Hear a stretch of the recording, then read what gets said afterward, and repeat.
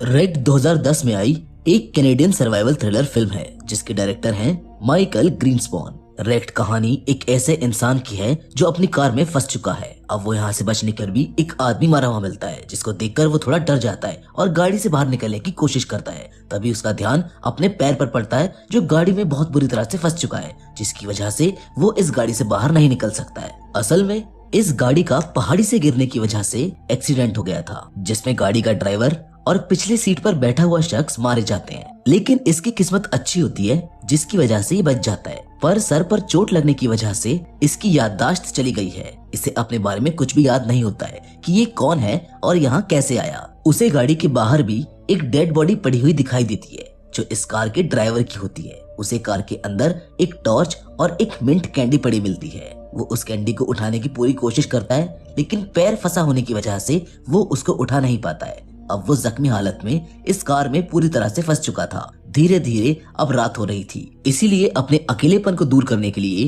वो कार के रेडियो में म्यूजिक को चलाने लगता है, जिसको सुनते सुनते उसकी आंख लग जाती है। अभी तक उसको ना तो पानी और ना ही खाना नसीब हुआ था, पर तभी बहुत तेज बारिश होने लगती है जिससे उसकी आंख खुल जाती है। वो उसे देखकर थोड़ा खुश होता है और बारिश का पानी पीकर अपनी प्यास बुझाता है, लेकिन बारिश की वजह से उसे बहुत तेज ठंड लगती है। वो कार में पीछे पड़ी हुई लाश का कोट उतार लेता है और उसको पहन लेता है। अब उसको बहुत तेज भूख भी लगने लगती है, पर उसके पास खाने को कुछ भी नहीं होता है। उसे इतनी तेज भूख लग रही होती है कि वो कार में पड़ी लाश को खाने ही वाला होता है, पर उसे खाने से पहले वो उसका वॉलेट चेक करने लगता है, जहाँ पर उसे उसके बारे में पता चलता है कि उसका नाम जॉर्ज है। उसे लगता है कि शायद वो उसका दोस्त है, इसलिए वो उसे नहीं खाता है। अब अगली सुबह एक बार फिर से वो कार में पड़ी हुई मिंट कैंडी को उठाने की कोशिश करता है, पर उसे कैंडी तो नहीं लेकिन कार की सीट के नीचे एक बंदूक और कुछ गोलियां मिल जाती है, जिसे देखकर वो समझ जाता है कि इस कार में कुछ तो बहुत गलत हुआ है। ऐसा करते करते 3 से 4 दिन गुजर जाते हैं, पर ना तो कोई अभी तक उसे बचाने आया है और ना ही वो खुद इस कार से बाहर निकल पाता है। अब वो इतना भूखा होता है कि कार के अंदर चल रही चींटी को ही खाने लगता है, पर तभी उसे एक लड़की दिखती है। वो बहुत तेज हेल्प हेल्प चिल्लाने लगता है, जिसको सुनकर लड़की उसके पास आकर उसे पानी और खाना देती है। लेकिन इससे पहले कि ये कुछ सच हो पाता, उसकी आंखें खुल जाती है। उसका ये सपना टूट जाता है। वो इतना भूखा होता है कि अब उसे हेलुसिनेशन होने लगता है। उसे वो लड़की बार बार दिखाई देने लगती है। रात होने पर वो फिर से उदास होने लगता है कि शायद मैं अपनी आखिरी सांस तक इसी कार में फंसा रहूंगा। लेकिन तभी उसे बाहर से कुछ आवाज आती है और वो कार से बाहर की ओर देखता है तो उसको एक शेरनी बाहर पड़ी लाश को खाते हुए नजर आती है। वो उसे यहाँ से भगाने के लिए उस पर गोली चलाता है, जिससे वो भाग जाती है। लेकिन अब वो सोचता है कि अगर जल्द ही मैं इस कार से नहीं निकला तो शायद ये शेरनी मुझे भी खा जाएगी। वो अगली सुबह गुस्से में कार के दरवाजे को अपने हाथ से पीटने लगता है। वो अपने पूरे शरीर का जोर उस पर लगा देता है और तभी झटके से कार का गेट खुल जाता है, पर उसके पैर में बहुत पेन होने लगता है। बहुत दिनों से कार में फंसे होने की वजह से उसके पैर में जख्म हो जाते हैं। कार से बाहर निकलती उसे एक कुत्ता भी दिखाई देता है। वो कार से निकलते ही सबसे पहले कार के अंदर पड़ी हुई मिंट कैंडी को खाता है, जहाँ पर उसे एक कार्ड भी मिलता है जिस पर रेमंड प्लाजी नाम लिखा होता है। वो लड़की जो बार बार इसके सपने में आ रही थी, वो उसको बोलती है कि तो तुम ही हो, इसीलिए वो भी ये मान लेता है कि शायद वो ही रेमंड प्लाजी है। अब वो कार के सीट बेल्ट को काटकर उससे एक लकड़ी को अपने पैर से बांध देता है, जिससे उसका पैर ठीक हो सके। वो लकड़ी को पैर से बांध ही रहा होता है कि तभी उसे कार के रेडियो पर एक न्यूज सुनाई देती है कि 3 आदमी एक बैंक को लूटकर उसके गार्ड और एक फीमेल को मारकर भाग गए हैं, जिनके नाम जॉर्ज वीवर, एरिक स्टेपल्टन और रेमंड प्लाजी है। जिसे सुनकर इसका दिमाग घूम जाता है और वो फौरन जाकर कार की बैक साइड चेक करता है, जिसमें इसे 3 नोटों से भरे बैग मिलते हैं, जिसको देखकर उसे पूरा यकीन हो जाता है कि वो ही रेमंड प्लाजी है जिसने बैंक लूटकर एक गार्ड और एक लड़की को मार दिया है। वो पूरी तरह निराश हो जाता है कि अगर वो इस जंगल से निकल भी जाता है तो पुलिस उसे पकड़ लेगी और इस जंगल से निकलते हुए दर्द भी बहुत होगा क्योंकि मेरा पैर बहुत ज्यादा जख्मी है। लेकिन फिर भी वो रेंगते हुए आगे की ओर बढ़ने लगता है, पर तभी उसे कार के पास एक आदमी दिखता है जो कार में पैसों से भरे बैग को चुरा रहा होता है। वो उसके ऊपर बंदूक तान लेता है, लेकिन उस चोर के पास उससे भी बड़ी बंदूक होती है। वो उससे कहता है कि तुम चाहो तो सारे पैसे ले जाओ, बस बदले में मेरी हेल्प कर दो। लेकिन वो चोर बिना उसकी हेल्प करे वहाँ से सारे पैसे लेकर चला जाता है। जहाँ पर अब वो वापस कार की बैक साइड को चेक करने आता है तो उसमें उसे अभी भी नोटों से भरा हुआ एक बैग पड़ा हुआ दिखता है, क्योंकि वो चोर सिर्फ 2 ही नोटों के बैग लेकर गया था। पर अब ये पैसे उसके किसी काम के नहीं है, इसलिए वो रात को इन्हीं बचे हुए पैसों से आग जला लेता है और कार से मिली हुई मिंट कैंडी को खाने लगता है। पर तभी उसे फिर से वो कुत्ता दिखता है। उसे देखकर उसको याद आता है कि शायद उसे कुत्ते पसंद थे और वो उसे अपने पास बुलाने की कोशिश करता है। पर तभी वहाँ पर वो शेरनी दोबारा आ जाती है और अब की बार कार में पड़े हुए आदमी को ले जाती है। उसको लगता है कि अगर मैं यहाँ से जल्दी नहीं निकला तो शायद अगला नंबर अब मेरा होगा। वो सुबह होते ही रेंगते हुए जंगल में आगे की ओर बढ़ने लगता है। वो कुत्ता उसे रास्ता दिखाता है और थोड़ी दूर चलते ही उसे एक बैग मिलता है जिसमें बहुत सारे पेन किलर और खाने की चीज होती हैं। ये दोनों चीजें इस टाइम उसके लिए किसी अमृत से कम नहीं थी। वो उसे थोड़ा खुद खाता है और थोड़ा कुत्ते को खिलाता है। अब उसका उस कुत्ते के साथ एक अच्छा रिश्ता बन गया था। थोड़ा और आगे चलकर उसे एक केव में फोन मिलता है, पर जंगल के बीचों बीच होने की वजह से उसमें कोई सिग्नल नहीं होते हैं। उसे वहाँ पर एक लाश भी मिलती है जिसे शायद उसी शेरनी ने मारा था। असल में ये उसी चोर की लाश होती है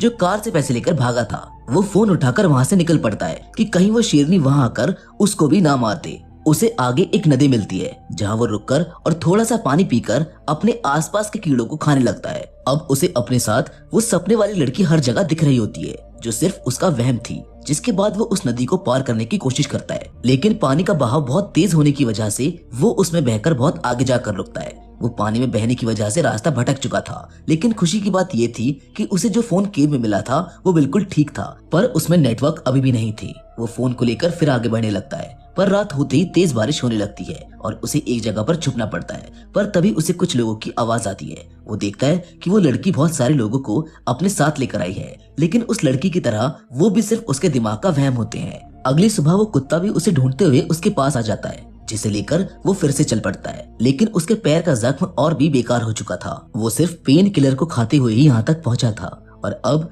पेन किलर भी खत्म होने वाले थे। पर पैर को ना देखते हुए वो आदमी फिर से आगे बढ़ने लगता है, लेकिन जैसे ही वो अपने सामने देखता है उसका दिमाग खराब हो जाता है, क्योंकि वो घूमकर फिर से वापस उसी जगह पर आ जाता है जहाँ से वो चला था। उसे अपने सामने वही कार दिखती है जिससे वो बड़ी मुश्किल से बाहर निकला था, जहाँ पर उसको फिर से वही लड़की दिखाई देती है। वो उससे गुस्से में कहता है, तुम मेरे पीछे क्यों पड़ी हो, मेरा पीछा छोड़ दो। उसे लगता है कि शायद उसको यहाँ पर लाने वाली यही लड़की है और जब तक ये यहाँ पर रहेगी वो इस जंगल से बाहर नहीं निकल पाएगा। वो तभी उसका गला दबाकर उसके सिर में गोली मार देता है और खुद रास्ते की खोज में फिर से चल पड़ता है। वो जंगल की सबसे ऊंची पहाड़ी तक जैसे तैसे पहुंच जाता है, पर उसे वहां से भी दूर दूर तक सिर्फ घना जंगल ही दिखाई दे रहा था, जिसे देखकर उसको लगता है कि शायद अब वो यहाँ से नहीं निकल पाएगा। वो पूरी तरह से निराश हो जाता है और अपनी जान लेने के बारे में सोच ही रहा होता है। पर तभी उसका जंगल का साथी कुत्ता पीछे से भौंकता है। वो मुड़कर उसकी तरफ देखता है तो उसे उसकी साइड में एक रोड का बोर्ड साइन लगा हुआ दिखता है, जिसे देखकर वो बहुत ज्यादा खुश हो जाता है और जल्दी से उस रोड की तरफ निकल पड़ता है। उसे रोड पर पहुंचते ही एक आदमी की डेड बॉडी पड़ी मिलती है। वो उसका वॉलेट चेक करता है,